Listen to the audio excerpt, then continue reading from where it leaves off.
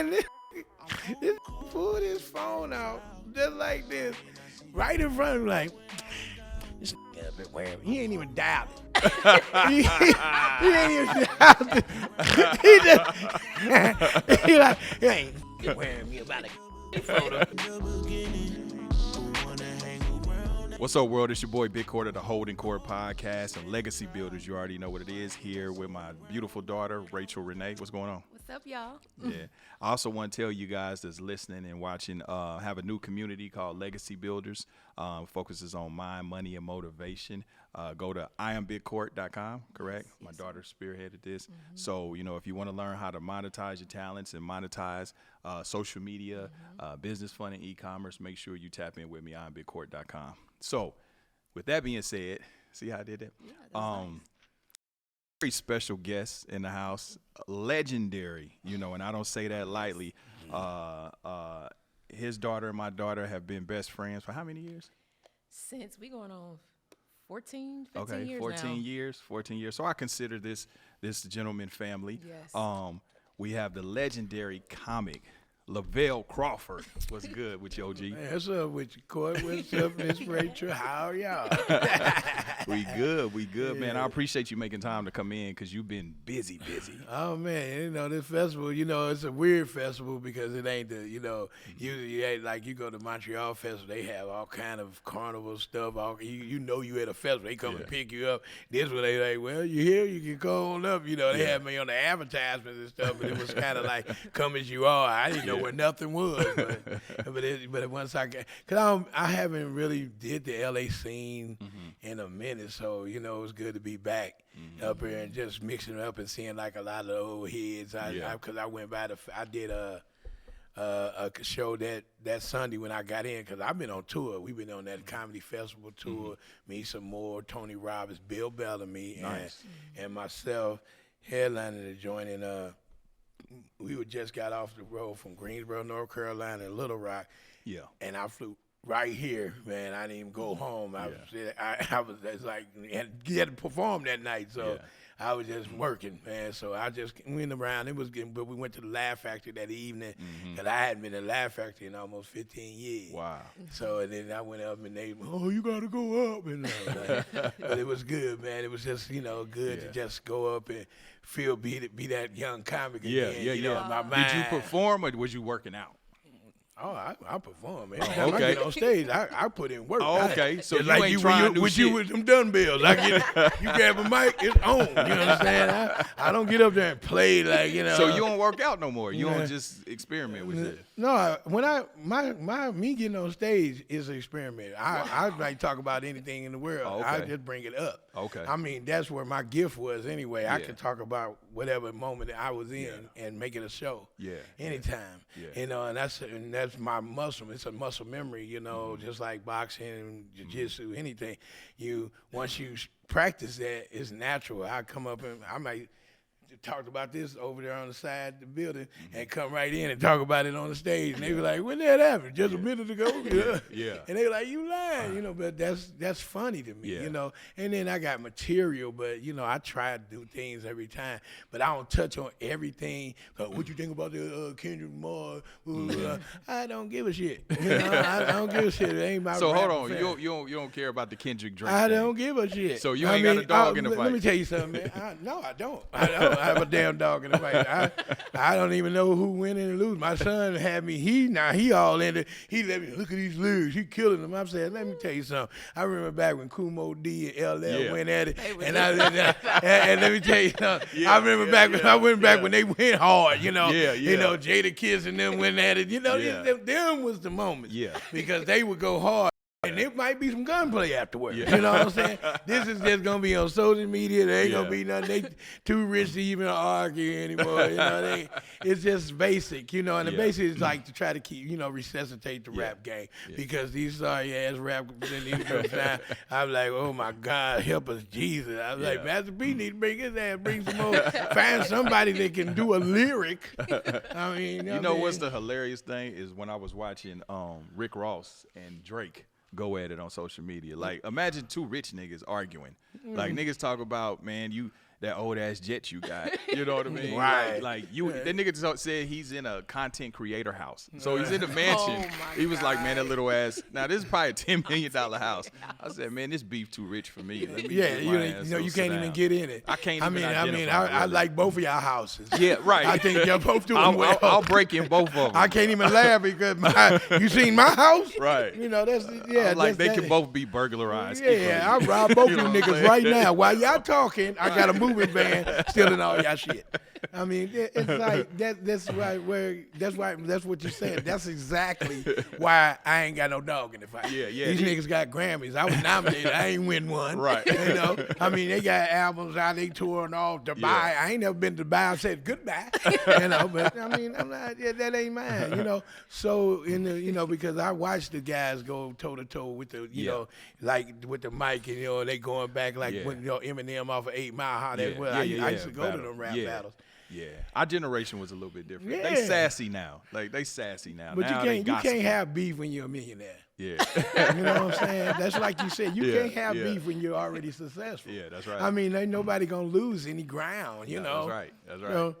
I mean, that's the ground. That basically, my house is 20,000 square feet. Yours is 18. Yeah, you know what I mean. I'm sorry.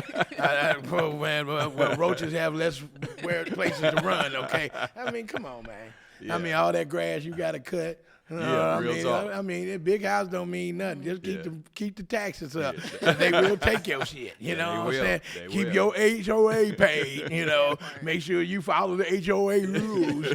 You know, remember your gate code.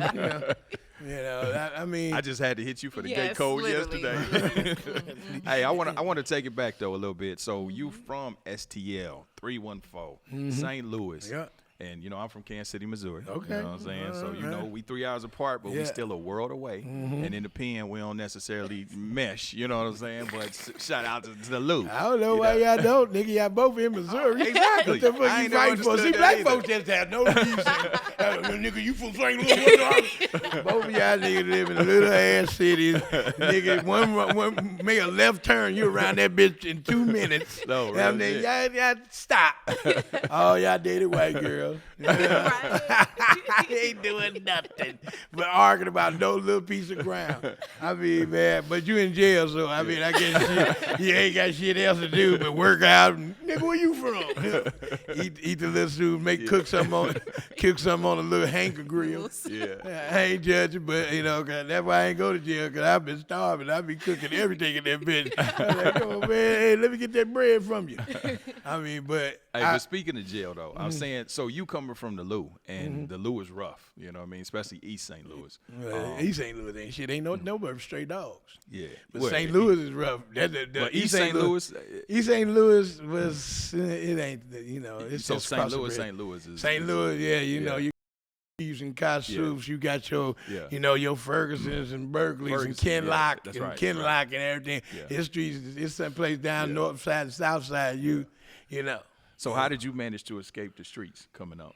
I didn't escape it. I just, I just didn't want to embarrass my mama. But I did what I did. Yeah. It just ain't on record. Yeah. I was smart enough.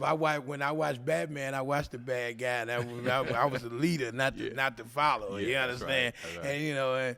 And after a while, man, you go to church, man, and I just like, man, that ain't my life, and I ain't got nothing to prove. You know, I mean. Yeah. And I didn't like running from the cops. I was lazy, because the cops, man, I'm done with this, man. As soon as I get a good sale going on, here he comes. What you want? Well, I gotta hustle and exercise too. Man, you gotta run and fight, and then you gotta fight cats on the block. And back then, we. It was just weed and stuff, and we all just hustled, and you got some, I got some. But I didn't, I was in it, but, I had a lot of uncles who would beat my ass, and my mom would beat my ass, and, I we had a little more. Even it was thugs. The thugs even had pride. Yeah, they had a code. It was a code. Yeah. I mean, you had a thug that would come, man, come on, nigga, this ain't you. This ain't your world. Right. I mean, where I come from, where I went, I fucked up. I don't want you fucking up. You had a lot more of them then. That's right. So, you didn't, I had cats, and I remember, a crazy time.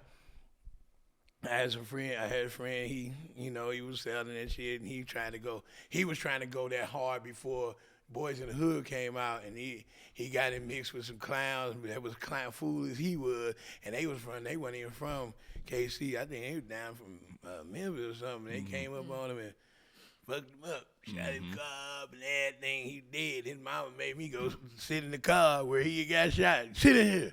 This what you gonna? This what you want? This what you want? Wow. And I was sitting there like, holy shit, man, no, I don't want none of this. Yeah. And she just made me learn a lesson because he was my friend, and I, rest his soul, he didn't probably want to do it, but he kept, it's always that, young men think that they always gotta prove themselves. Yep. And once I learned that wasn't me. My granddaddy saved my life too, because like I said, I went into fishing and saved my life. And that's some of the things that kept me going. My father wasn't there, so you could go down that street, but I wasn't going down that street. We would help him out fighting and stuff, but I wasn't trying to do that. But he was a high head over a high head. He was going to start stuff with everybody, and it caught up with him, And I think that's what really kept me from being there, because I ain't got nothing to prove to nobody. Like even my comedy, I go up and I love doing this, and the crowd, I love doing it, and this separates me from another comedian, because I go hard all the time. I'm not gonna not go up here and get a standing ovation because you my boy and I don't want you to look bad. You better get you better one. Step it up. Right. I go up and prove myself all the time, and God gave me such a great gift to be lucrative in my life. Yeah. So I just changed my whole mode of operation. Yeah. To a point where, hey man, I ain't no bad guy. I was a little chunky nerd, motherfucker. They turned me into Were you always funny though? Were you like the class clown? I was clever. I wasn't a class clown, but I was very good at making people laugh. I could fight, but once I get on my back, I was like a turtle. So it was hard to get off. Get off me. So I would make people laugh, and talk about, I got really good at making people laugh, talking about their outfits, making funny, corny jokes, and people like, you're so corny, but it's funny. And I would find ways of making people laugh. And I love Bugs Bunny and the Three Stooges and how they would say little smart stuff, and how I would just run that in my brain and being quick and clever. And I think that helped me out, get out of harm's way. But I still have, you had your bullies, but they didn't know. Once I realized I was bigger than all the kids that was bullying me, and they realized. Once you know, that's right. That's right. When you know your worth, you know what I'm saying, and you realize you can grab them, throw their ass all over the place. Yeah. One time I threw one boy all the way down the street. I was like, damn, I'm strong. And I had two kids down, holding them down like this. They was like, man, he's like, get over. And I couldn't believe it. And then I started realizing, and the one dude that I was really scared of, I didn't even fight him, but he seen me beat up two kids at once. He's like, hey, man, you want to go play? He want to be friends. Go out to be friends. And once I realized that, it was kind of over, you know what I'm saying? Yeah. Because I was country strong, I was chunky, but I was strong as hell. Did you play sports? Oh, yeah, I played football all the way to college. And oh, wow. I had tried out for the Kansas City Chiefs. Okay. Damn, so you was kind of good if you tried out. I was decent. I was offensive lineman, and then I played the defense. My brother over there, he got inspired by me. He ain't gonna admit it, but I brought him. I got. That's your brother. I thought that was your bodyguard. He slash bodyguard. Slash manager's ass brother. He just helped, my family. So. But I played, I wrestled. Wrestle was one of my top sports because I went all the way. I had two partial scholarships in wrestling. And when I went to college, I didn't get one out of high school, but when I got up there and I played on the team, they was about to give me a football scholarship because I was planking cats. I was out there. I was good. I was good enough. You said planking. I was putting people on their back, and I was fearless, but I just had, it just wasn't my path. I tried. It wasn't your passion. I loved it, but I didn't love it. I loved playing. I just didn't like to practice. I hated practice. If I could get rid of the practice. On your Allen Iverson shit. Practice. I mean, when we going in the game, I'm ready, but you don't know the play. I'll find it. But you but you know what? If you see a through line, when I asked you, did you work out in comedy? You said no. You said I'll just go. So you always had that. Yeah, the practice, exactly. I just do. Yeah. I mean, because I had a great imagination. I see a game play and I can see what they missing over here, and I get in, and I go right there, and I knock that dude out. They be like, how you know? They kept on slanting to the left, and I watched them slant to the left, and I would go over there and get it. Sometimes I get him, and sometimes the coach keep on seeing me go. They say, why you keep going? I see it. He said, man, that's an idea. So he'll put somebody in that's faster than me, because I couldn't hit the corners as fast, because they'd get me. But I would get his leg, but I wouldn't be able to get, Yeah. So, but that's how I was, and when I watch other people, that's how I learn, because when in practice they'll coach you and make you run up a hill 1,000 times because you didn't get to play right. Like my son, he plays basketball, he plays EYBL, and they get mad because they don't go to the thing. I said, but when you get out there, that all changes. Them plays are stupid when you get out there. Right. I just want you, like I tell them, I said, I want you to be a playmaker. You know how to get open. You get away from the person that's trying to defend you, and you get open. You know where the basket is. Plant your body. When you get there and you see a dude taller than you, you want to be shooting over his head before you get there. I said, those things that you learn, not you learn them just knowing, hey man, this is my art. I'm gonna do my art this way. And that's when I get on stage. If I go up like third last and I watch the audience and I see that he talking about this and I see they ain't feeling, I say, I gotta come a different way. Now if everybody up there talking about sex, I ain't gonna talk about sex. I don't care. And if I'm gonna talk about it, I'm gonna talk about it, the stuff that y'all don't say. I'm gonna say, I'm gonna talk about myself bad, like, man, I'm a horrible lover, I'm done in the 30 seconds, you know what I mean? But it's a good 30 seconds, you know what I'm saying? I mean, they be mad, but at least we got time to go get some lunch. So you write, but you still freestyle. All day long. I think that's a little old school, because now it's like if they don't have that script and that writer, they can't go. No, it's not old school. It's a lot of people that still if they get past, they may improv a little bit, but they go to that same material all the time. Some of them don't change up, and if it don't work for them, you can see it. When the crowd, sometimes the crowd, you're gonna get a crowd that they may not laugh as hard as you used to, because our audience ride on something different. Like last night, for example, all this weekend, I don't never got to go first, and people and I'll be like, man, I want to go first. I want to get first blood. But the powerful thing about what I got to watch, and I watch the comedians, and I see them get them cool laughs, and I say, man, you don't push that joke. And I say, this is what I'm gonna do. This is what I would have said if I would have got up there. And that's how I do, because sometimes last is the advantage, because I see you up there doing something that you got. So I know I can't talk about that. So what I go up there and do is talk about something that nobody else said in the place. Like, I walked up there last night, after all the comedians, and I talked about the club. I said, man, California do not remodel. They don't change that. I said, this look like the saloon from the Wild Wild West when John Wayne and Buffalo Bill had a shootout right here in the nightclub. I said, right over there was an old nigga on the piano. And I was doing all that. And the people were hollering because nobody said nothing about it, but I did. And I done got threatened before somebody nightclub. Man, don't be talking about my club. I said, nigga, well, clean this motherfucker up. Move some of these dead bugs and rats out of here. But I talk about things that people can, and they get comfortable, because a lot of times they get tired. And they be like, they be like, and you bring them back to life talking about something that, Right. Let me ask you this. Do you have to change for performing in front of a black crowd opposed to a white crowd? Hell no. Okay, so the nigga same funny, material. funny, bro. I didn't even know I was black till you brought it up.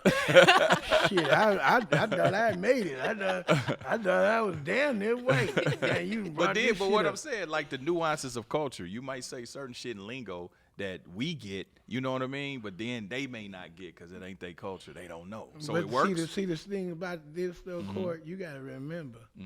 Black people been a leader of lingo and culture for everybody for fucking 60, 70 years. Every genre you see a white boy rapping, a white boy dancing, a white, just saying, I don't mean to classify, but you see the other cultures you see Chinese people over there rapping in Chinese, trying to act like Tupac and all this. We set a standard of I guess, coolness or originality. We definitely do. So when I go on stage, white people know our history and our lingo more than we do. Mm-hmm. Okay. Well, you said no cap, and I don't think you use it in the right terminology. They cap is for lying. Am I right, George? I got my book over here. Yeah, exactly. But they know our stuff more than we do. Yeah. And I mean, and when it comes down to it, if you watch from Sanford and Son to Good Time, them shows wasn't on because of us. Yeah. We were just talking about that. Yeah. White people watch them shows. That's Black right. folks, we don't generate our own money. My money comes from my white fans coming and with my black fans. Because black folks, they have to tell our people who they think is funny before we accept it. Mm-hmm. Like on this Netflix A Joke. My show had a lot of black folks there, but it was a lot of white people there. Mm-hmm. Man, I'm a black comedian. Every black person know me, and if they see me, Lavell Crawford in the house, it should have been wall-to-wall Negroes. It should be no room for nobody in this joint. You understand? It should be no white people. Oh my God, we can't get in. They should have. We got to add another show with so many black people. White people are uncomfortable. We ran out of chicken tenders. That's how it should be. But we always, like, Dave Chappelle gonna be here, Kevin Hung, man, fuck it, that's played out.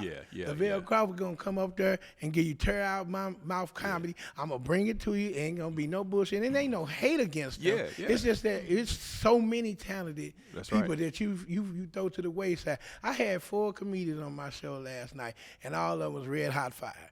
Mm-hmm. And these people that we black people know, but they ain't rushing to go see because they ain't say fucked up shit on Shay Shay. Yeah. They I ain't seen you in the Friday. Nigga, you see me on this stage though. Yeah. You don't gotta see me in no fucking movie. Right. You know where I am, but you got Latinos and Asian and even Indians, the Patels, and them some bitches go and sell. Russell Peters sells out arenas with his people alone. Yeah. And I think every black comedian should be able to sell out without having to be on a big ass comedy cavalcade or fucking comedy circus with 13 niggas on a damn show. They don't even know if you gonna get your damn check because they got when you go up, I think 49th. But why we got to do that? What we set the forefront of funny. Let me ask you. So you brought up Club Shay Shay. So let's talk about Uncle Shay Shay for a second. So he's been, I never have an uncle named Shay Shay. Let's talk about Aunt Shay Shay. Right? No, you say that. No, you said that. Nigga. No, nigga, you said that. I didn't say that. You said Uncle Shay Shay. Just a little bit. I never have an Uncle Shay Shay. I never said that. No, you ain't. Nah, much love to Uncle Shay Shay. You know what I mean? But that's a good dude. But speaking of that, I love what he's doing. You know what I'm saying? I love what he's doing. But he's been having the comics come on his platform, and since our brother Katt Williams, shout out to Katt, he done kicked off some shit. What are your thoughts on for one? Let me say this: what are your thoughts on what Katt said in relation to gatekeepers in comedy, and do you think that most of what he said you agree with? Well, let me give you a definition of the bullshit of gatekeepers. Gatekeepers are not fucking real because you're not. Most black people don't have enough power to turn off a flashlight, so they may have their power is limited. I mean, you got some brothers that maybe can do manipulation. I agree with that. But most of the time we got to answer to answer. Yep. We don't have no shit where we can do nothing ourselves, but we will stop our own. Of course, you're a gatekeeper on your own, in which that's real fucked up that you are one of them people that slow down somebody else because you want to have a little power trip, and that's some punk shit.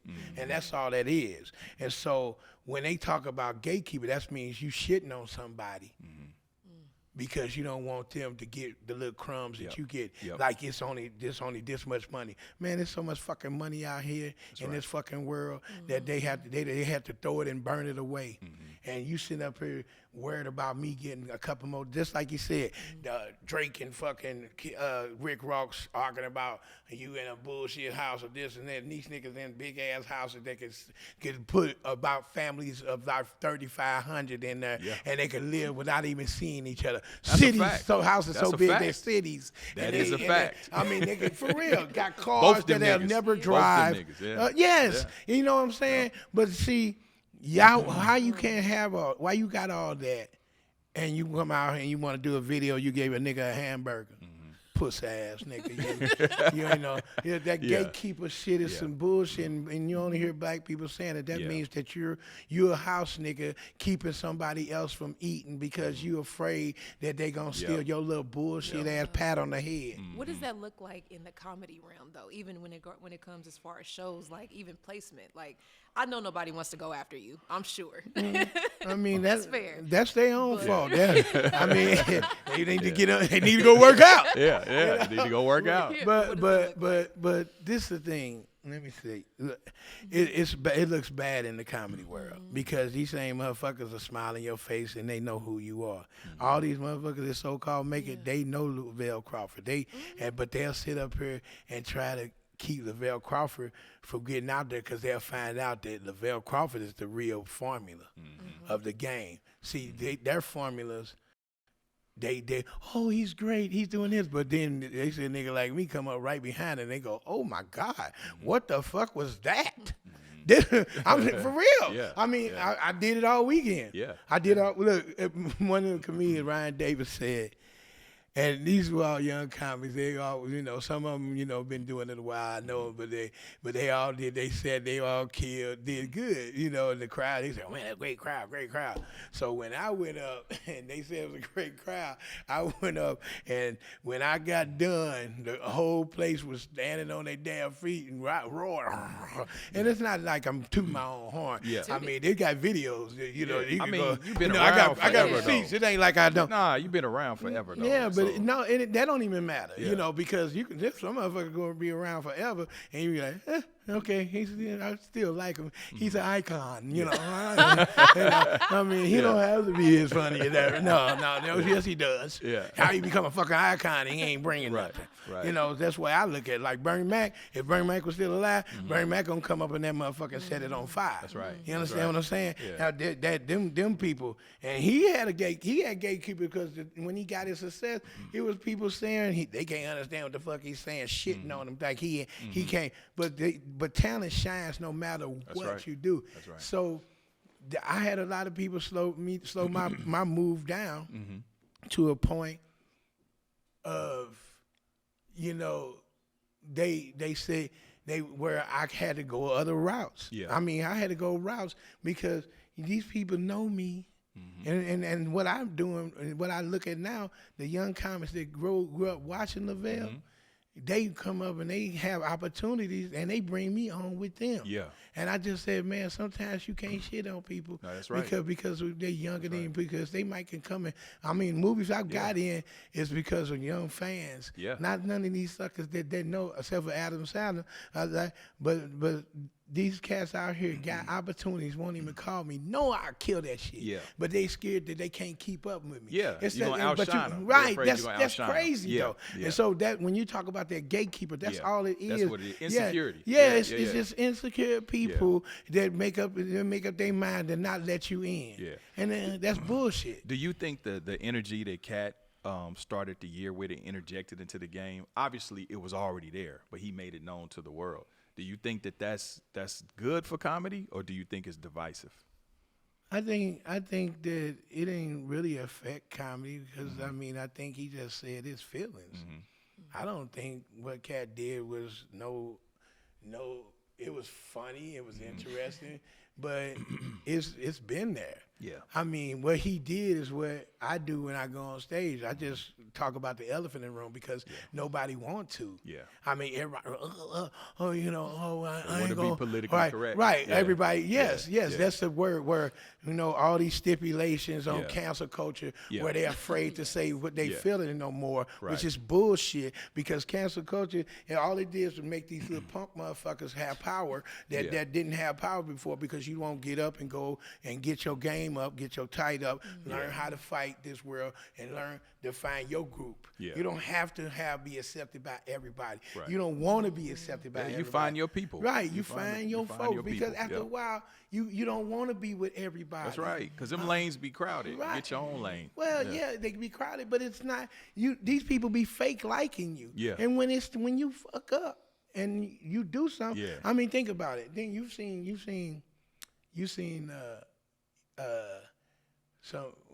a white person fall from grace. Mm-hmm. They fall from grace for a while. Yep. And then they can recover. Robert Downey Jr. He's a poster child. I mean, dog, you was coming. I was gonna say that, but you said exactly what I'm saying. Child. He right. He was from less than zero to Iron Man. Yep. You understand what I'm saying? So it's crazy how that can do. But Jonathan Majors trying to run away from his white ass girlfriend. He running down the damn street. Now they shunning this Negro because he got what girl. And niggas don't understand. I hate to say it, but niggas don't understand. Leave the white girls alone and go on about your damn business because they ain't nothing but poison. Yeah. They poison to So your hold on. life. So you mean when you got some success, you didn't want no white girl? Hell no. Why not? Man, shit, I like sisters. Ain't shit. You in college, you had your moment. You had your Beckys. And like when I was in grade school, when I went to all black school, I was at Lincoln Elementary, and usually, this little girl had the bobby pin in her head and the set lotion holding her hair down. That little Sarah and little Keisha them over there. They cute, but but when you get over there, you see little Beverly, and she can put her hair behind her ears, and her cheeks get all flush. You like, what the hell is that? But the thing that blessed me, that I was blessed with, that women treated me bad on both sides and both colors. So I didn't like. You was blessed. That's a blessing. Yes, it is because you were able to choose wisely. Because because if they all like you, they like you over here, you gonna be like, I like Becky, But if Becky treat me like shit, fuck Becky, and then Keisha treat me like shit, fuck Keisha, and I meet somebody in the middle. She like skin, but she like chunky dude. You know what I'm saying? And that's where you because you don't want everybody to accept you. Yeah. That's why this world is kind of fucked up. Yeah. Because you getting everybody to accept you. Right. Everybody, that's like they showed something a while back on Instagram where these kids went 0 and 15, and they still got a damn trophy. Yeah. And one of them said, this is some bullshit. And the people got mad at them and things like, oh, you asshole. They're trying. Fuck that. They need to not get no trophy. They should sit over there and lose and be mad. Like the Bad News Bears. Remember the Bad News Bears? The Bad News Bears, they did real good, but they didn't get the championship. And the other team was like, who is the team we appreciate? The Bears. Yeah. And the little threw a can at him saying, fuck you, we'll see you next year. And I said that was powerful because, man, we lost, but we gonna get it. Yeah. That's why Jordan is the GOAT and LeBron James ain't the motherfucking GOAT because he got pampered and they kiss his ass too much. They didn't kiss Jordan's ass. Uh-huh. That's why he the GOAT. People don't understand it. Michael Jordan earned every motherfucking love he got because he came behind some bad motherfuckers. Mm-hmm. I mean, Dr. J was the shit, okay? Right. Magic Johnson was the shit. Everybody in the Detroit Pistons game was the shit. And he went up with that, and he never asked for you to like him. Mm-hmm. He didn't give a shit. He was swagging. He was a man. He didn't walk around falling. And the only reason LeBron got he only got like that because he really moved to LA and they changed him and he believed the bullshit hype. Because when he was in Cleveland, he was a real nigga. Yeah. And he went to Miami he was still a real nigga. But when he got to L.A., oh, that He nigga turned might into well put on a something else, WNBA outfit. Because, I mean, because you can't get treated, even my son, I can't say when he played basketball, he would do real good, but when he first started, it was funny. It was funny. He done got like 100% better. Yeah, he said it was funny. Yeah, because he was out there playing, and I told him, you need to concentrate, you need to focus. And they playing this one team. He went, no, I would tell it. I'm not embarrassing him, but they was losing pretty bad, right? And he got his chance to get in the game, right? And oh, you way better than that now, kid. So you can laugh at it, but it was funny. But it was like he got in the game. He got the rebound. He got the rebound. He ready. He took off running to the wrong court. Wrong goal. He running down the court and they yelling, Lavell! Lavell! I'm yelling, Junior! I just closed my eyes. And I was so thankful that he didn't make it. Because they was already getting blown out the frame and they was getting murderized. LJ, you got a response to your pops busting you out. You want to come over here? No. You want to say something real quick? You want to pop in and defend yourself? Pop in and defend yourself. Tell us what really happened. What really happened? So I didn't Talking know, to the mic. I didn't know that like at halftime they switched the baskets. So, like, they switched the Yeah, he didn't know. and I never watched the game before, so It was his first time playing. I basically ran down super quick. Missed the basket. I didn't even touch like the square on the backboard. Yeah. I missed it terribly.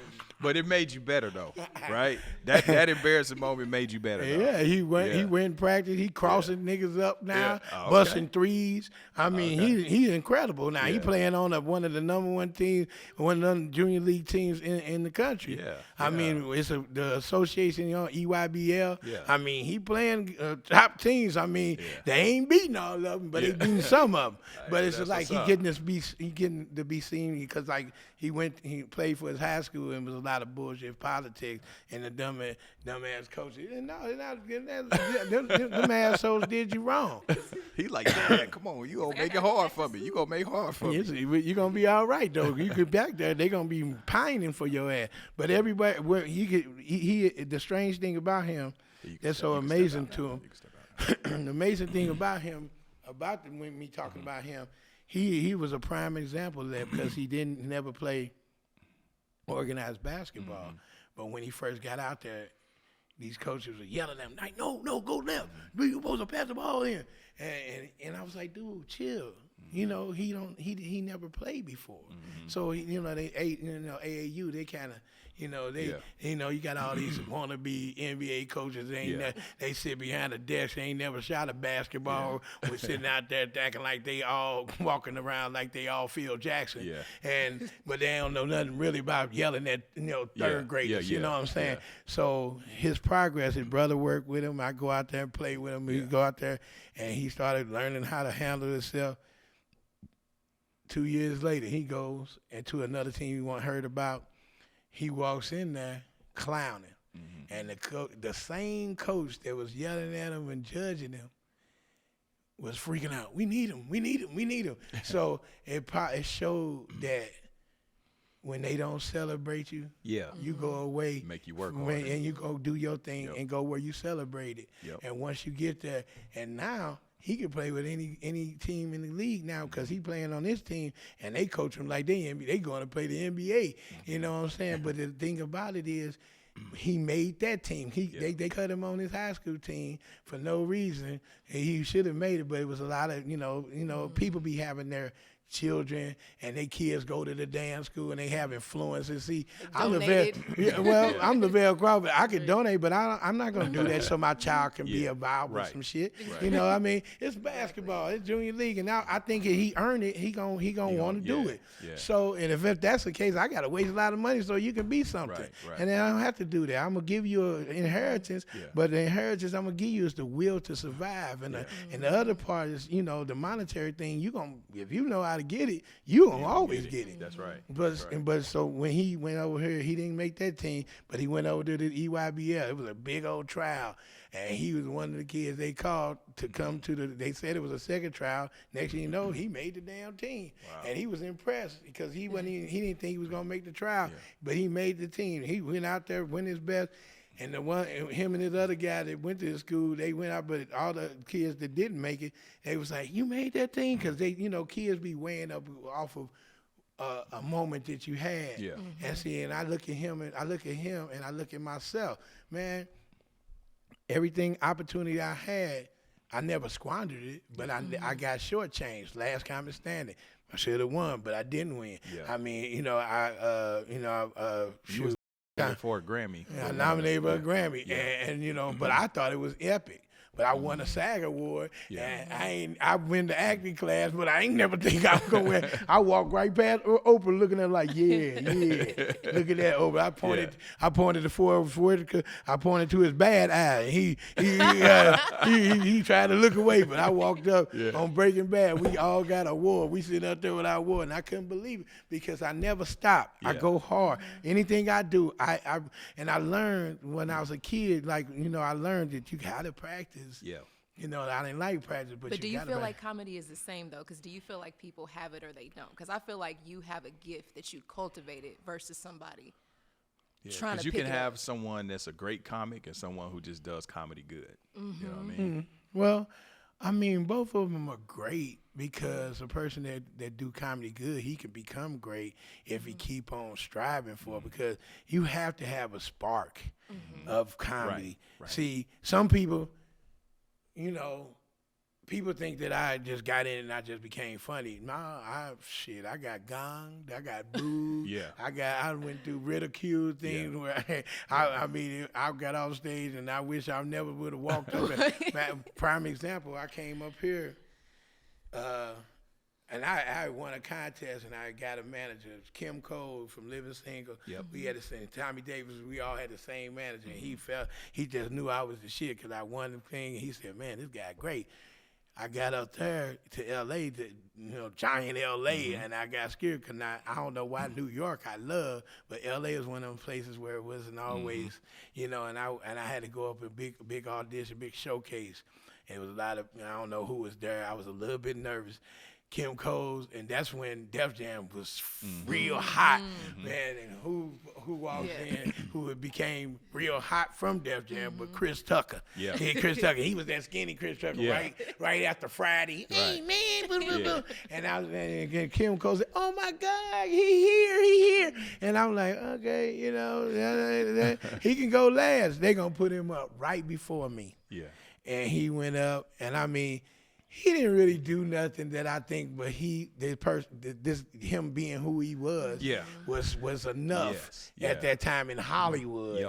And when I went up, I couldn't get him like I thought I could. I couldn't. I felt like I let him. Let him rock me with a left hook. You know what I'm saying? I was like, oh shit, and I was just getting swing, block, and it was like I didn't have it. What? It's funny that you say that because I don't want to call no names, but I do see some comics that are also actors, comedic actors. It seems like once they get into movies, they get a little lazy with the stand up because it's like they don't really have to try. I don't think it's the movie, it's the money. It's the money because they can just be silly, not really have and I see that a lot with it be the comics. money, but who you talking about? Were they strong comedians? Initially when they were hungry, Okay. yes. But then once they kind of got, because I think the public, like you said, is Chris Tucker. Oh, he's so funny, and it's like, no, you're going off of the character and just the popularity. But is he really funny right now in this moment on stage? And the thing about Chris Tucker was he was a young kid when he got hot. And he wasn't the strongest stand-up, but he was funny. But he had him and DC Young Fly are so much alike. DC Young Fly got to act, but his personality, he's a wonderful person. Chris Tucker, a wonderful person. And, full swing ahead, I was just with Chris Tucker, and he grabs me and hugs me all the time. You funny, brother, man. You so funny. And see, that's how I know that we was gonna meet again, and he was like, he didn't blow me off stage. It just was a night that I, wasn't ready, and if that California, LA, it sharpens your teeth, because you get, know who gonna come up and put it, like Dave Chappelle might show up, but now Dave Chappelle show up my show, I said, go ahead, motherfucker. Go ahead, because when you get off, I'm gonna make you think about it. And that's how I am now. I ain't one of them motherfuckers, man. The fight in me is so for real. Let me ask you this, because you're a veteran comic, and you started kind of with ComicView, right? This is in the 90s. Okay. So kind of back in the day, y'all really had to make your bones. You really had to be good. You had to get up there. You had to grind. You had to do the little rooms, the big rooms, the specials, the Apollos and shit like that, where they can boo the shit out of it. But let me ask you now, what are your thoughts about the new comics in the social media era? I think they're getting pampered. I think it's a lot of talented kids, and because black people always talented. That's right. I don't take nothing away from none of these guys who make it on social media, because you have to be smart and diligent to be able to pull that off. Man, if you ever try to make a little video to try to, and then you gotta learn how to upload the son of a bitch, and you like, man, look at I got all that weight on my mouth. Let me redo this shit, and then before you know it, it's loaded, and everybody, damn nigga, what you sick? Lavell the crackhead, And so the work they have to put into that, I have no judgment. I think that like I said, I don't believe these gatekeepers, they're fuckers, because I think there's room for everybody. And whatever opportunity they open up, they can probably open up for you. I mean, you never know, I mean, because long as there's talented people out there, that means there's going to be opportunities for everybody. If you don't have nobody being good, and there's not a new hamburger or a new way of restaurant, there's not going to be a place, where nobody, you gonna get McDonald's the rest of your life, or Burger King the rest of your life. Healthy competition and inspiration. You're forcing somebody to always be better. Oh my God, I'm sorry. Hell, somebody called me. It ain't that damn important. Some bull crap too. Turn this off. I'm sorry. Oh, good. Yeah, but so let me ask you this, Lavell. Who you early on as a comic? Who were your influences? Oh man. I had family members that was funny as shit. That my Uncle Bush them and my cousin Tony them, they was funny. My mama was funny because she say anything out of her damn mouth. My mama, like I said on stage, my mama prejudiced against fat people. she we go to corral before, and this was back when she was still chunky. She didn't lost a lot. She used to be real slim, but she said, I ain't that damn big. She be like, girl, look over there. Look, oh Lord. Now she know her big ass. Now she going right over to the chicken. Let me go over and get a plate for us all. I'm like, Mom, leave that lady alone. Her sandals ain't even all the way on. Hey, you got a classic joke though. The one when you said you and your mama talked about each other's mama. Oh, yeah, I remember that one. Yeah, Did that really happen? Kind of, sort of. Okay. Kind of, sort of. But I'm an embellisher. I hyperbolize the joke. But yeah, my mama can go there. Hey, let's talk about Huell Babineaux. Huell Babineaux, Breaking Bad. How did you come about getting that role? Shit, I tell that story all the time. It's funny because we had just moved out there. This probably, Chanel probably, I don't know if she knew you yet because she was some of the girl, I think it was her name, Jazzy or whatever. You remember Jazzy? Stole $100 from my. Well, anyway, I ain't gonna say that. But that's when Chanel, we was moving. I was moving my wife and kids out here, to L.A. and I thought it would be an easy transition. We moved out here. We taking it to school. We going over to the school over there. It was like East Hollywood High, and we walk in, and then I said, yes, we're trying to set our daughter up for school. He said, well, here's the old guideline, and this is for the gangs to know what to wear. And I was like, oh, no, fuck that. I guess I'm going to have to muster up private school money. My baby ain't going over into this crazy shit. And then that's when we found out about Birmingham, and, we found the California. California, you don't have to be in districts yeah. to go to school. So that was a blessing. And she got over there. I mean, Birmingham was nice. She met Rachel, but it was a lot of craziness over there. But she was able to, you know, to morph into something over there. So, but we had moved up here, man. It was exhausting. And moving to California, and then plus having a family. I lived up here, and then I moved away, and then I moved back. And traveling from going to do the gigs like I do Thursday, Friday, Saturday, Sunday, and then I had to get on the plane on Monday, come all the way back to L.A., 5-hour drive, 5-hour flight. And I got a new manager. He said, hey, man, I got an audition for you. I said, oh, man, can I wait till tomorrow? I said, I am through. Because once you get to L.A., you get in a car, you got traffic, and then you got to go get something to eat. You ain't trying to go do no damn. Don't understand that outside of L.A. And this audition was 6:30 in the evening. And right? You had to go. This isn't recording at the time. You had to go. Man, you had to get there. And so I had to go. I forgot it was over in Santa Monica somewhere over there, and I had to go up and do the audition. It was 4 people. He said they need you today. They can't do it tomorrow. And it was Breaking Bad, and I hadn't even watched Breaking Bad. This was like when it was in its infantile kind of state. So I went in there. I went in there for Lucius, the truck driver. I ain't even go in there for Huell. I went in there for that, and I did good on the reading. He said, man, that was great. Man, can you read this one line? And I was like, huh? He said, read this one line. I was like, we're closed. It was one freaking line. And he guy said, say it again. I said, we're closed. He said, say it again. We're closed. He said, can you start Wednesday? Like off of that one line. Wow. Now, I did thousands of auditions. Yeah. And that one time, I knew it was from God. Yeah. That's why it was God all the way, because when God do something, it's so simple. Right. You be thinking, you can see when God working. People be like, oh, God, I don't know where. God, when he does it, it's almost like, here it is. It was been here all along. Right. I'm like, oh, thank you, God. I thought I had to dig in the ground and no, nigga, I thought I had to kill a sheep. Yeah. They said that in the Bible. No, you ain't got to do all that. This is what God does. And man, I got it.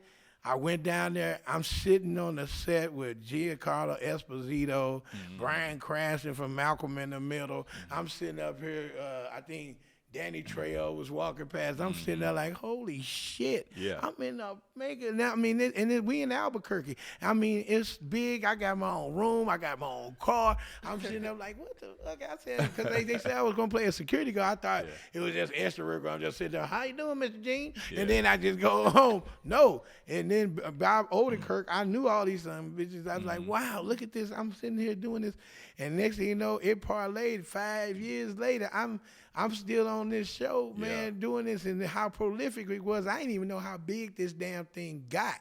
It's so freaking big. It's big today. I can leave a theater show. It's fools outside waiting for me. Not calling them fools, but they outside waiting for me to sign autographs. Some bitch called my wife's phone telling her that I'm going to be out there with pictures. I don't want to know if he going to sign my pictures. And I had to have my brother threatening some bitch because I was like, don't call my damn wife. My wife's spooked. I'm spooked. I'm like, what the fuck is this? How did he get my number? Yeah. It was crazy. Right.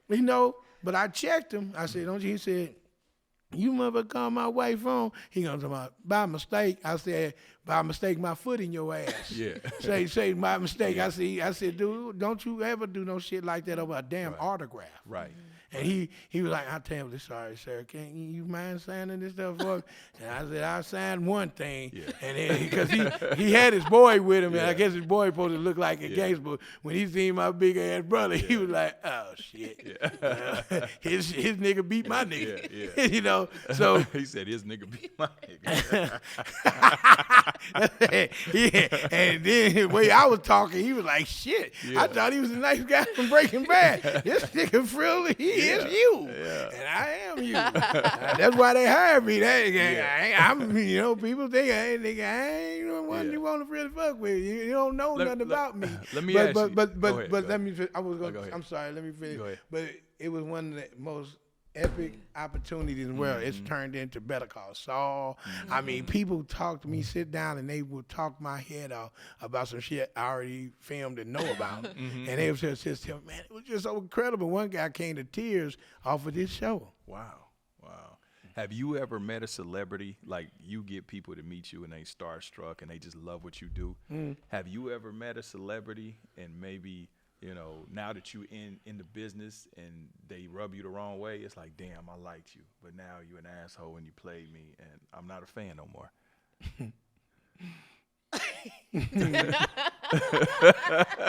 And the reason I ask is because I have a run. You don't never want to meet your idol sometimes because you know you have your idea of them and then sometimes you can meet them and be like, fuck, it just messed it up for me. This is a little advice I can give you, Court. When you see somebody that you admire, always understand and just understand that you don't know what kind of day they're going to have. That's right. And so just give them that benefit grace, of the doubt. yeah. So because sometimes you may not want to speak, may not have, they might have had something terrible happen. We don't know. Yeah, that's right. So, and like people catch me, man, my wife, me and my might have had words, and you catch me and I'll be like, what? Yeah. You know, and I mean, because people you're always, human, but people, you're human. People catch you at those moments. But to answer your question, you know, I've been blessed that I ran into people. Now, one time I did run into I fish. I love to fish. I got a lot of fans in the fishing world. A lot of people that I admire in the fishing world, like this dude Ishman Rowe. He's a black bass pro fisher, only one bass pro fisher. And I was like, oh shit, Ishman Rowe, man. Wow, man, this is an honor, brother. Can I get an autograph? Man, I don't do no damn autograph. Damn. I was like, motherfucker, fuck you. I said, I'll get your ass later, and I'm going to beat your ass in the Bass Classic. Yeah. And that's what I told him. So my goal is to get in the Bass Classic, and I'm going to beat his ass. Yeah. I don't care if it's just me. He take 39th, and I take 38. Yeah. I just want to let him know. But I think, you know, but I caught a couple of them. One time I was at the Magic Johnson Magic Show. Not the Magic Show where he had this Midsummer Night Dream he does here back in the day. And we went, Gary Owens, he hooked us up. We went with him because him and Magic was cool. So we went to the thing and Mike Tyson was there, right? And I was like, oh shit, Mike Tyson. So my boy walked up to him and said, Champ, can I get a photo with you? And my boy, a photographer, he a comedian too, Roman Murray. And he said, sure. And so he took a picture with his ass, right? So I said, Mike, can I get one too? And he went, yeah. And I went, and look, and I went, on to myself, fuck you, motherfucker. But I ain't say it out loud. I ain't want to get my fat ass whooped up in the damn party. And they told me he beat my ass. But the weird circle, like I said, it's all full circle. I did a big show in Vegas, right? Mike Epps, we all on the show.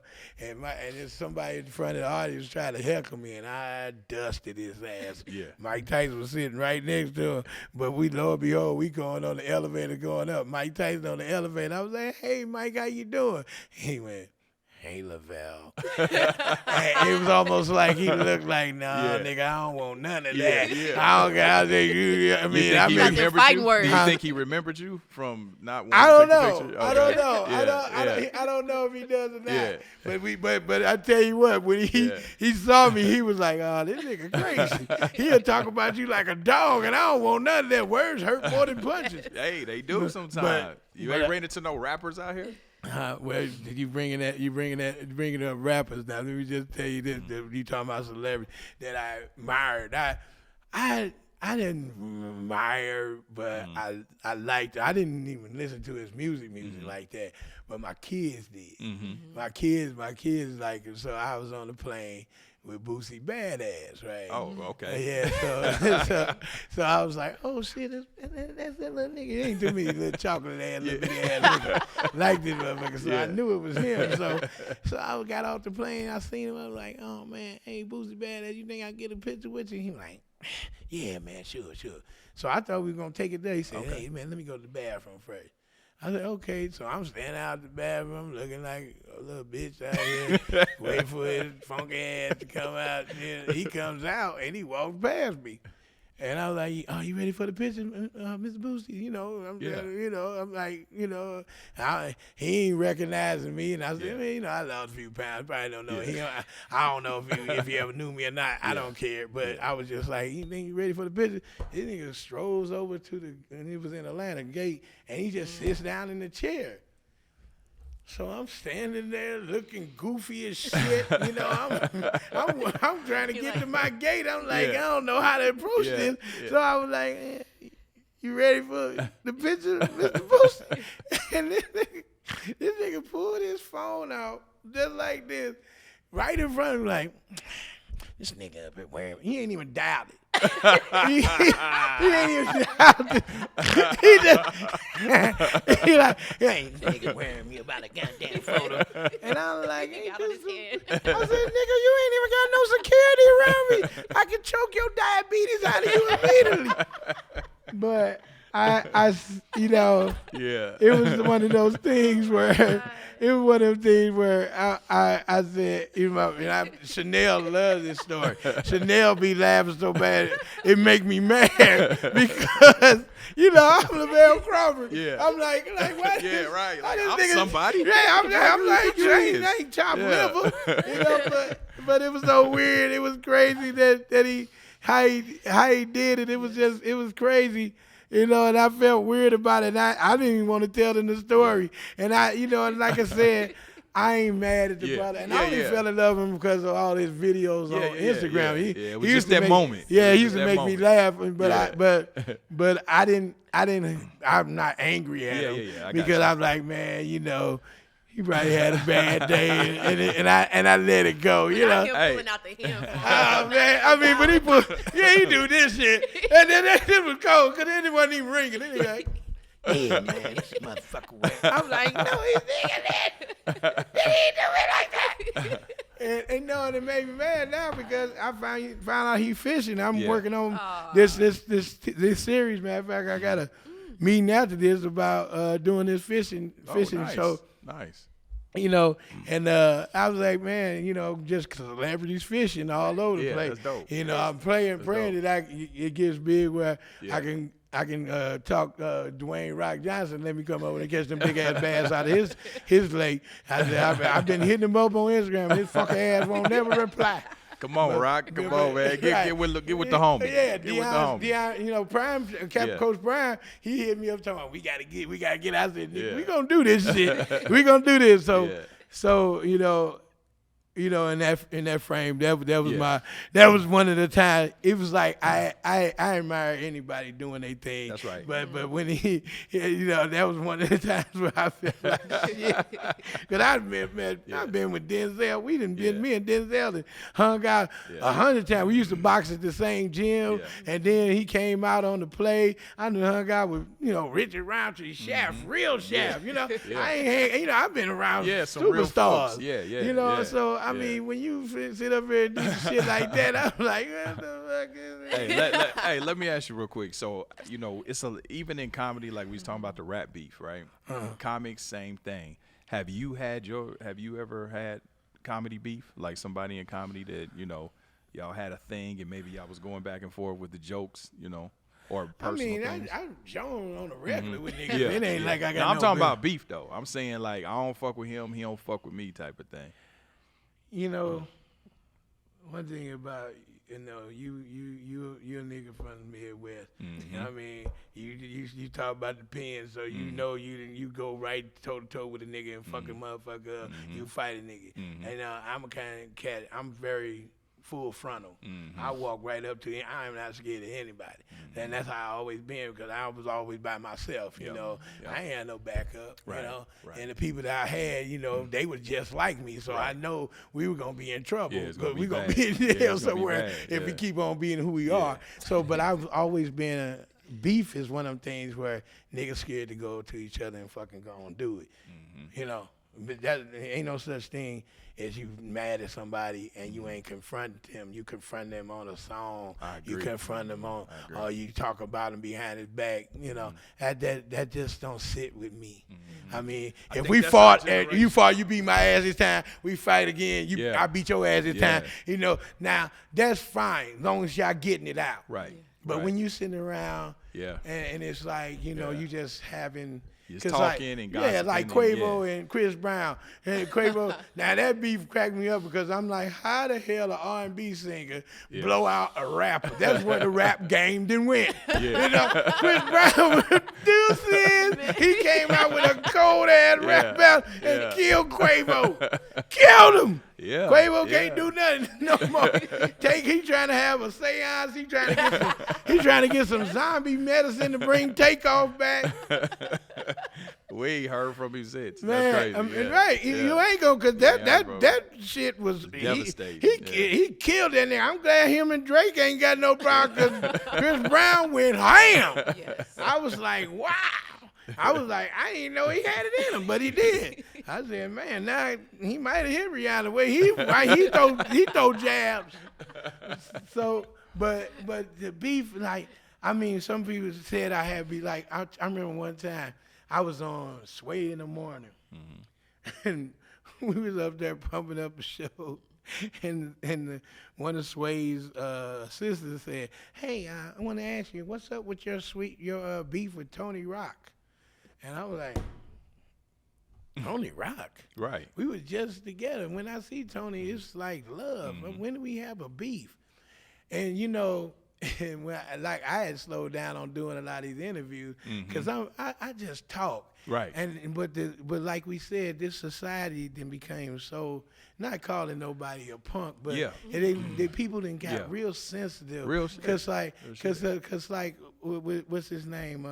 You know, even like, you know, I was talking to Shannon Sharpe. I was like, dude, your fame didn't grow so much where you're gonna be a joke. You just you know, you are icon to a point where people tear you down. That's right. As That's they what pick do. you up. They build you up and tear you down. I mean, they look at you as famous, but they got to make jokes about your outfit and Yeah, where you yeah, act. yeah. I mean, dude, you got some funny shit about you. You got that lisp and shit. Yeah. Nigga, and then you get mad, nigga. You funny.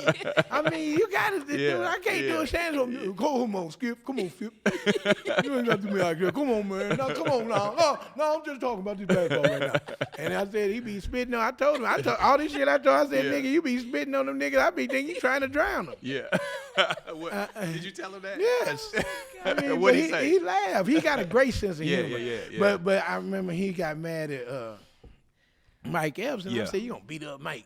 What you gonna be, big ass gonna beat Mike's little ass up? And I said, but you ain't better slow down. Mike got a lot of niggas. No, that's I know we all Midwest boys. Mike we got on the hood. family. Yeah. You know, I know all these niggas too. Mike probably got a 38 with 2 bullets in it with black Man, tape let me on the tell you handles. something. He got niggas. You talk about pen. Mike was in the pen, so you understand. Yeah. I know Mike. So everybody. I remember when Mike first got out. Yeah. That nigga was so. You could tell the nigga had been locked up. It's like a lion Yeah. just looking outside. You know. But Mike a good. I've been knowing Mike so long. We family. You know. So I knew how deep he was, but I didn't want it to go there because Mike done made a whole beautiful life, and he don't have to do that. And Shannon got a beautiful life. He don't have to do that. That's right. And I'm glad they was men and worked it out. And Mike grown because he made it work. But Shannon said he got mad because he called him gay. Yeah. And I said, nigga, you too big to be gay. You just pigeon-toed. But I mean, what niggas look? just I said, ain't no nigga gonna date your muscle-bound ass. I mean, how would the sex be messing with you? Like, I rather fucking gorillas. You know what I'm saying? So, I mean, you ain't gay, nigga. We know you ain't. I mean, why would you play pro football for like 15 years? Yeah. I said, nigga, they talk shit about. I mean, I played football. Niggas call your mama a stinking hoe and all that. Yeah. You just get you motivated to play. Yeah. You whoop that nigga ass up. Who mama a hoe, nigga? Your mama a hoe. I'm finna go fuck her now, nigga. I mean, you understand? It's not. I mean, you hear a lot of shit, and you had to. My family, everybody in my family, I talk about them like a dog. If you be around me, you gonna have to be tough. Yeah. And my wife, she can go. My wife, she can. My Mr. wife, she can. My wife, John Jones, she from Chicago. That motherfucker got a mouth on her. She hurt my feelings sometimes. And she got that bass in her voice. Yeah. So listen, I'm gonna do this as we close it out because I'm gonna let you go here in a minute. I know you got to run. I'm gonna try something different. We gonna just experiment. Look, my daughter looking like, what the fuck are we doing, Dad? It's We only ain't court. It ain't discussing rapping this. with Rachel Right. Hey, so roast me and my daughter. Give us a good roast. I'm not roasting your daughter. Not me. Yeah, he gonna say, I'm not roasting your daughter. He looked at me like, But I got the smoke for you though. No. give me a good minute roast. Just roast me for a good minute. Yeah. Good roast. No, nigga, but I will take a pen and blow the muscles out, though. Oh, sexy ass nigga. Oh, big ass nigga will be in the mirror all day with baby oil on, sitting around. He look like Elder Barge and security guard. That's enough. He gonna make me choke and throw up. No, man. Hey, I appreciate you. Hey, but one thing I do want to ask you, one last thing. Talk about your weight loss journey. Well, it was a journey. I was fat as a motherfucker for a long time. And I done had every food in God's green earth, and it was delicious. And I think that California kind of saved the nigga's life, because, one good thing about California, people don't know, California has some of the best restaurants in the game. Mm-hmm. But you got your vegan, you got your keto, you got your bad, and your soul food, and you got all in between. So you can choose. See, you go to Midwest where we from, right? Nigga, it's just Lenny soul food, Long John Silver connected to Kentucky Fried Chicken, and you got to make a double choice. I love Long John Silver. I want a bucket, and then I want a 15-piece shrimp. I love Long John Silver. Yeah, I know. Yeah. But you know what I'm saying? Yeah. Down there you got Golden Corral. You ain't no. Only way you gonna eat right. That's on Sunday. That's after church on Sunday. Yeah. No, but these niggas eat that every day. Don't let them income tax come in. Them niggas eat. We went down. We went on goddamn Ruth Chris. Nigga, you can't afford no goddamn Ruth Chris. But it's so much, when you got out here, people walking up, hiking. My wife loved to hike. She wanted to hike. I said, we got to stop all that bullshit. And then she talking about, you used to hike when you was big. You done slimmed down. You don't want to hike. I said, shit, I done made it. I don't need to do that shit no more. And then now, but look, back then when I was big, a mountain lion waved me up. He like, I can't bite that nigga. But now, he like, I think him out. So when I got, I wanted to, have weight loss surgery, and I had some fucked up doctors that scared me away from it. They would give me diabetes medicine. Mm-hmm. I mean, if you know about diabetes, they have like one that'll fuck up your liver, one that'll make the lactose will make you fat, make you retain water, but it's supposed to lower your blood sugar, but you fat, but you're supposed to lose weight, but you retaining water. I'm like, what the fuck? I eat it, I get fat, but keep my diabetes high. I can't do nothing.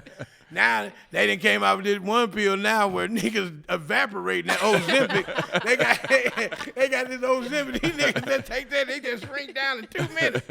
And they look weird as shit. Yeah. I said, I ain't want that one because, because you eat through a diet pill, nigga. Yeah. I used to take Dexatrim and then go get a 15-piece. I remember Dexatrim. I drink a Slim Fast. I drink my Whopper with a Slim Fast shake. Shit, it didn't stop nothing. Did you have a health scare, or is it just something you wanted to do for you? Well, when I got diabetes, and then, I think I did have some health scares. Like, when I got my wife, who's, she has been she done elevated me in other levels. My whole being a father, she gave me the gift from Junior and D'Angelo and Chanel. And I mean, once you start having that in your life, and Junior, when he was born, it was like, oh my God, I love this dude. I love him now. When he was a baby, I just seen him and I couldn't believe it. I just didn't want to be a fat dad, and then I was having, problems where I didn't know, when you have high blood pressure and water can get up in your heart, your lungs, and I was having problems breathing. And then, even though I was a big guy, I was athletic. I was weighing like 450, 500 pounds out there doing jiu-jitsu. And I used to have a move called the titty tap. I get on top of your ass and put all that weight on your ass. and tap out. And I was kicking ass at that stuff. And I would move around. I would move good with my weight. Yeah. People were like, man, how you move? And I said, man, you know, I've been this big all my life. Yeah. And I know how to move, you That's know. right. But in the midst of it, when I started breathing hard and I was like, man, walk 3 or 4 feet, and I was starting to breathe, and I'd walk up a step, you know, all that shit. She's like, damn, and you know, and then like I was gonna go to sleep, and I wasn't gonna wake up, and then I said, and then I thought about it. I said, I love the Lord, and He gave me such a wonderful life. I'm able to be a successful comedian. People know me. I don't give a fuck about Dave Chappelle being that level or those levels, but I done made it. That's right. From where I came from, nigga, I done made it. Kids cats in my hometown sit and revere me. Can't believe that where we came from, where we are, and I'm squandering that because I can't give up a Cinnabon. You know what I'm saying? I'm squandering that because I can't put the pork chop down. And you know, and I can't get my health together to a point. Cause I mean, you know, like I used to work out heavily too.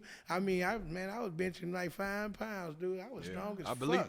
I was a monster. You know, I had chest like a dresser drawer. I was boom, you know. But then once you stop, you work out, but you stop and you start. And I didn't start really getting fat until I could afford to eat. You understand? Because when I was, you know, when I couldn't afford and I would go to McDonald's, I was just chunky. But when I could go to Rich Group Chris, that's when the weight started pulling on. They putting butter on that steak. So those scares, and then my baby sister, she had the weight loss surgery, and she had the full one where they had to redo her stomach, and she was beautiful. She lost the weight, and she looked like a supermodel, man, and she looked great, and she's still holding on with it.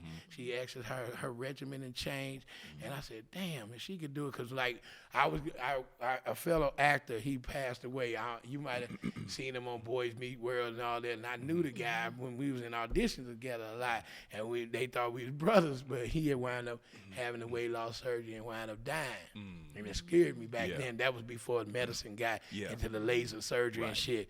So once.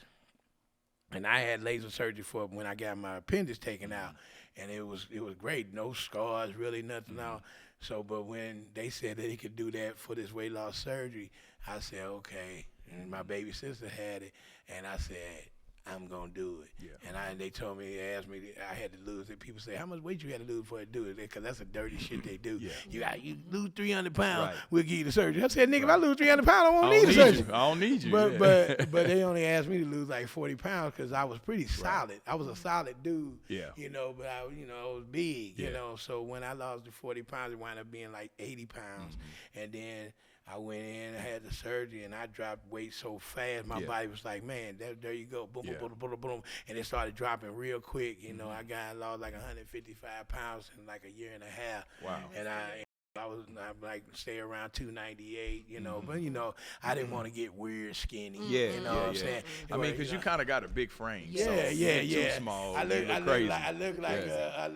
like Mr. Incredible. I got this big ass chest. You know, that's how that people call me, Johnny Bronco body. You know what I'm saying? And so when and once I got it, I felt better. I was able to play ball with my son, be around my wife, and you know, we building, and you know, she's an incredible woman.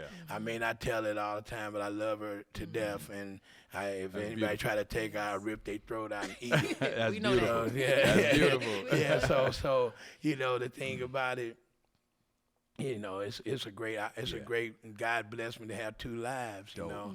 You know, one with biscuit and one without biscuit. So real quick, man, you got a new special coming out. Talk about that real quick. Oh man, you know, you already said Netflix, and that's where it's going. We put it in the can. It was so we crazy. manifested We did it in Covina, man. Because my last special came out with the Lavell Crawford, and you know, because everybody I always say, like when I meet people, they always say, "Are you Lavell Crawford?" I say, "Yeah." They say, "The Lavell Crawford." I said, "That's right, the Lavell Crawford." So when that one came out, I did that one in New Orleans. So I taped this one down in Covina at the Laugh Factory in Covina, great little club. And I fucking went up there and I just let it go. And I wound up doing 2 hours worth of comedy. And the guy tried to edit it. He said, shit, we can't edit all this funny shit out. We gonna leave it all in. So we got 2 specials. Oh, wow. In one night. Damn. That's Nobody what's has up. ever did. That's what's up. Nobody ever did that. Yeah. Where they got 2 specials in one night. I Yeah. got 2 shows, and then we sell them like we could do Wow. part 1, Yeah. and then come back and do Yes. part 2, Oh, and nice. it's whole different shit. Nice. So that's where we at. So that's what I told him. I told one of the execs the other night. She was like, "Seriously?" I said, "Fucking serious." Yeah. Go and check it out. So hopefully, we're gonna see this happen, soon. Okay. But they said wait till all the business go. They Yeah, got yeah, so yeah. much to do with this Yeah, festival. for sure. Don't forget, ask him about mindset, especially coming from the small town that he came from for legacy builders. Yes. So that's- I have a new community that I created called Legacy Builders, which Okay. focuses on mindset strategies, mind, money, and motivation. Okay. So real quick, you coming from St. Louis, the Midwest, and it wasn't, we from the Midwest, so it ain't a lot of industry there, you know what I'm saying? But St. Louis always kind of had a little thing going. But what was the mindset that you had to have to get out of that? And then once you made it, to be able to still stay hungry, you know what I mean, and maintain it. Well, being there and not wanting to go back to it, and I think,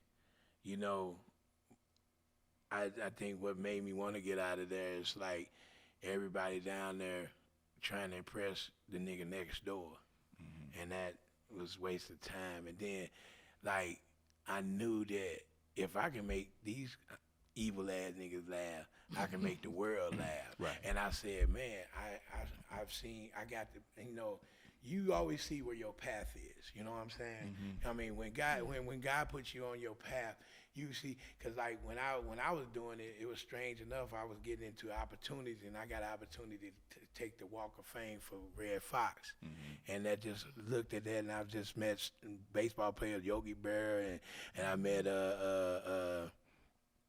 I forgot the other gentleman's name, but I met some celebrities, man, and I started looking like, man, this shit's bigger than I thought. And then I started seeing worlds like that, and what helped me, it pushed me out. I said, man, I got to go make it. I got to go get it. And now, in it, my hunger has never left.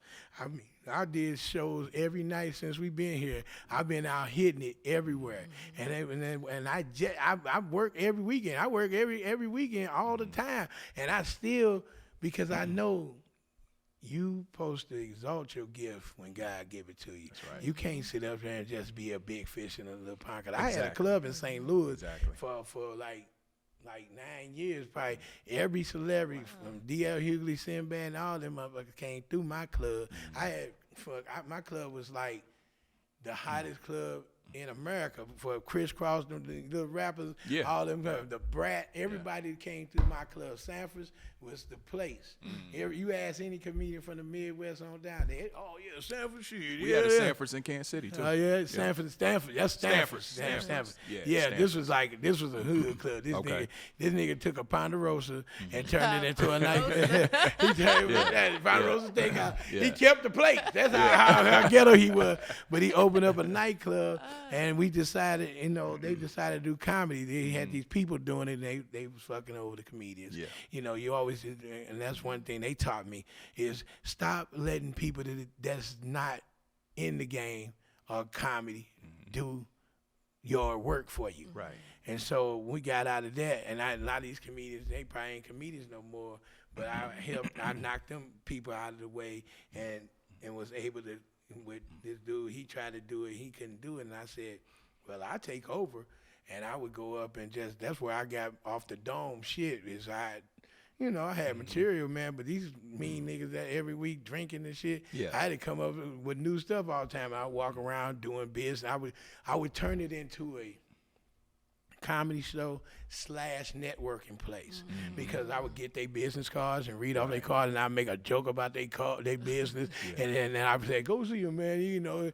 I mean, the brother said he worked on card, but he caught the bus over here, but I would do a lot of that, and then people laugh, and actually people was wall to wall. This one lady, I knew this one, it was pivotal when I was doing it, because this one lady just opened up a massage and nail shop, and I told him, I said, I went in and she gave me a massage, She did my nails. I walked out of that son bitch. She squished 200 pounds out of me. and I said it was one of the best ones because she had food, massage, everything. And I said, you got to go see it. She said, Lavell Crawford, my phone been ringing off the hook. We got a line around the corner. And I told everybody else about your club. And it became the place to do it. And I would do comedy and made a business. People was getting, she said, they told me, I was saying, man, I made so much money from you. I had to come back and give it to you. And that's, that's how that came about. I would just go up on stage and be funny. And I would bring comedians from all over the country. And I would still do the networking thing. That shit got big. We had 2 nights. The manager built a stage and shit. This nigga was doing everything. We did everything in that club to make it what it was. And it was a great moment until he tried to sleep with all the waitresses. When you start thinking you the celebrity. And I said, you can't sleep with everybody. You gonna mess it up for all of us. Right. But it was that taught me that that's I an abundance mindset too. But that mindset made me understand that I can get this anywhere. Last question. Who are your top 5 comedians? Top 5. Shit. Dead or alive? Oh, well, I say this all the time. I put my ass on there. Because I say if nobody else talk about me, I talk about myself. I say, but, Richard Pryor, of course, Red Fox, of course, Robin Harris, of course. Rodney Dangerfield. Yep, that's on mine too. And there's a toss-up between George Carlin and a guy named Robert Schimmel, who I thought was incredible. That they don't never talk about too much. He was incredible. So that's my top 5. I mean, it's the other ones. Of course, Bernie Mac. Them are in my honorable mention. But yeah, I mean them. Red Fox used to make my granddaddy laugh. So I mean, and I was turned on by my granddaddy watching Samson's Son, and I just thought he was incredible. Just the thing about his whole road, and he taught me some shit that I had to get my shit together because I want to leave a legacy of finance to my family. And Red Fox made a lot of money, and then he had to die broke, and that's some evil shit. I hate that. And I'm not going to, hey, Eddie Murphy paid for his funeral. Fuck that. That's bullshit. I don't want you paying for my motherfucking funeral. That's awful to me.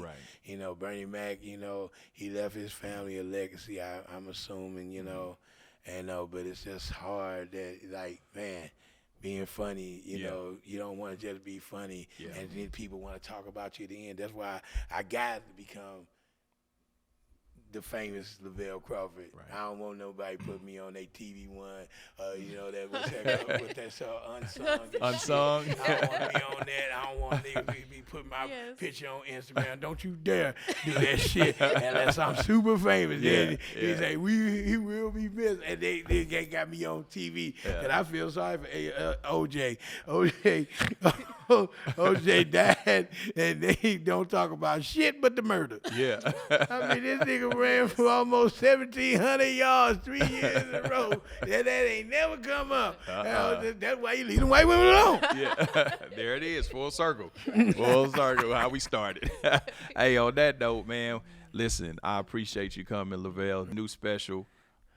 I can eat. I can eat. It's just a joke. Basically, let me just tell you, it's all about when I, big at all the food. I used to enjoy all the antics of being a big guy. Those things, all that shit, that stories, them stories. We can't wait for that. Man, listen, I appreciate you coming, fam. Appreciate and y'all.